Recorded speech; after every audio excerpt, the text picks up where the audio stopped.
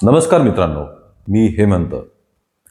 मित्रांनो, बारामतीतील विधानसभेची पोटनिवडणूक बऱ्याच दिवसांपासून चर्चेत आहे. बऱ्याच दिवसांपासून याच्यावरती वेगवेगळ्या बाबतीत चर्चा होत आहे. अगदी सुरुवातीपासून ते अलीकडच्या काळापर्यंत ही निवडणूक बिनविरोध होणार किंवा ही निवडणूक बिनविरोध व्हावी यासाठी बरेच प्रयत्न चालू होते. फोन करणं, मीटिंग्स घेणं, भेटीगाठी घेणं हे सगळं चालू होतं. कारण सुनेत्रा पवारांना बारामतीमधनं बिनविरोध निवडून आणायचं होतं. पण तसं झालं नाही. शेवटी काँग्रेसनी आम्ही ही निवडणूक लढणार असं सांगितलं. आपला उमेदवार सुद्धा घोषित केला.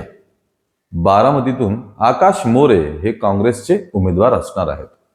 काल सुनेत्रा पवारांनी आपला अर्ज भरला आणि त्यानंतर जी गोष्ट घडली, ज्या घटना घडत गेल्या, त्यांनी अख्ख्या महाराष्ट्राचं लक्ष वेधून घेतलंय. महाराष्ट्राच्या राजकारणात खळबळ माजली आहे. अर्ज दाखल केल्यानंतर पार्थ पवारांनी माध्यमांशी संवाद साधला. त्यात पत्रकारांनी त्यांना विचारलं की तुम्ही ही निवडणूक बिनविरोध होण्यासाठी काँग्रेस सोबत संपर्क साधला का? काँग्रेसच्या नेत्यांशी तुमचं बोलणं झालंय का? झालं असेल तर ते काय म्हणाले? यावरती पार्थ पवार म्हणाले की आम्ही कोणालाही फोन केलेला नाही, करणार नाही. पण या उलट एक दिवस आधी अशा बातम्या आल्या होत्या की सुनेत्रा पवारांनी हर्षवर्धन सपकाळ यांच्याशी संपर्क केला, फोन केला आणि त्यांना ही निवडणूक बिनविरोध होण्यासाठी मदत करा असं आवाहन सुद्धा केलं.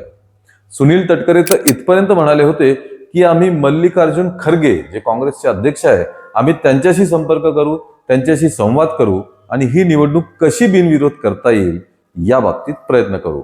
पण पार्थ पवारांनी याच्या अगदीच उलट मत व्यक्त केलेलं आहे. आम्ही कोणालाही संपर्क केलेला नाही असं ते म्हणाले. या पलीकडे जाऊन ते म्हणाले की काँग्रेस हा मोठ्या नेत्यांचा पक्ष आहे, मोठा पक्ष आहे. त्यांना काय करायचं ते त्यांनी ठरवावं, पण लोक हे विसरत नाहीत. त्यांनी अशी कृती करणं हे अत्यंत चूक आहे. काँग्रेसला याचा त्रास होणार आणि आता महाराष्ट्रात काँग्रेसचा डाऊनफॉल सुरू होणार अशा शब्दात पार्थ पवारांनी काँग्रेसवर टीका केली. मग काँग्रेस सुद्धा चवताळून उठली आणि सकाळीच त्यांनी एक्स वरती एक पोस्ट टाकली. ही पोस्टच सध्या चर्चेचं कारण ठरत आहे. पाहूया या पोस्टमध्ये महाराष्ट्र काँग्रेसने काय म्हटलंय. महाराष्ट्र काँग्रेसने या पोस्टमध्ये म्हणलंय, धड भाषणही देता न येणाऱ्या कुटुंबियांच्या पूर्व पुण्याईवर आत्ताच खासदार झालेल्या मुलाने काँग्रेस पक्षाच्या डाऊनफॉल बद्दल बोलणं म्हणजे जरा जास्तच नाही का झालं?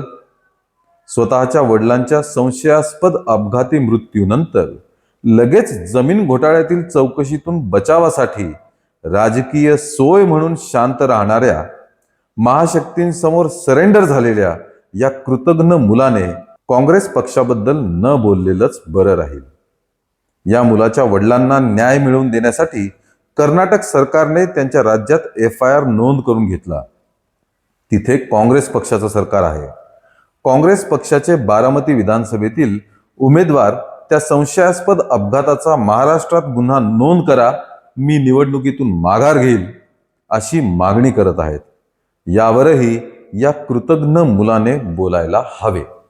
इतकी जळजळीत टीका काँग्रेसने पार्थ पवारांवरती केलेली आहे.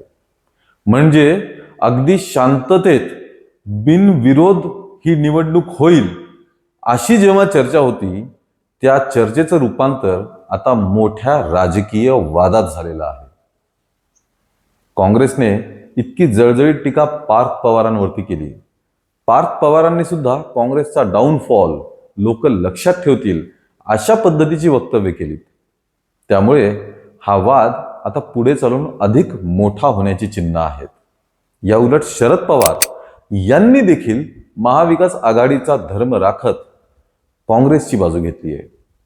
शरद पवार म्हणतात की निवडणूक लढण्याचा अधिकार सर्वांचाच आहे, बिनविरोधच निवडणूक व्हावी असा हट्ट कशासाठी? त्याचप्रमाणे काँग्रेसवर टीका करण्यासाठी जी परिपक्वता लागते ती पार्थ पवारांमध्ये आहे की नाही हे मी आत्ताच सांगू शकत नाही, असा इशारा किंवा अशी प्रतिक्रिया शरद पवारांनी दिली आहे. काँग्रेसचेच अतुल लोंढे यांनी सुद्धा जोरदार प्रत्युत्तर दिलेलं आहे. एकूणच काय तर पार्थ पवारांवरती काँग्रेस पक्ष तुटून पडलेला आहे. त्यामुळे पार्थ पवारांचं पुढचं वक्तव्य काय असेल, अजित पवार गटाकडनं या बाबतीत काय वक्तव्य केली जातील हे पाहणं महत्त्वाचं ठरणार आहे. मित्रांनो, या सगळ्या राजकीय घडामोडींबद्दल आपल्याला काय वाटतं हे आम्हाला जरूर कमेंटमध्ये कळवा. आमच्या विशेष मराठी या चॅनलला आत्ताच सबस्क्राईब करा आणि या व्हिडिओला देखील लाईक आणि शेअर करा. धन्यवाद.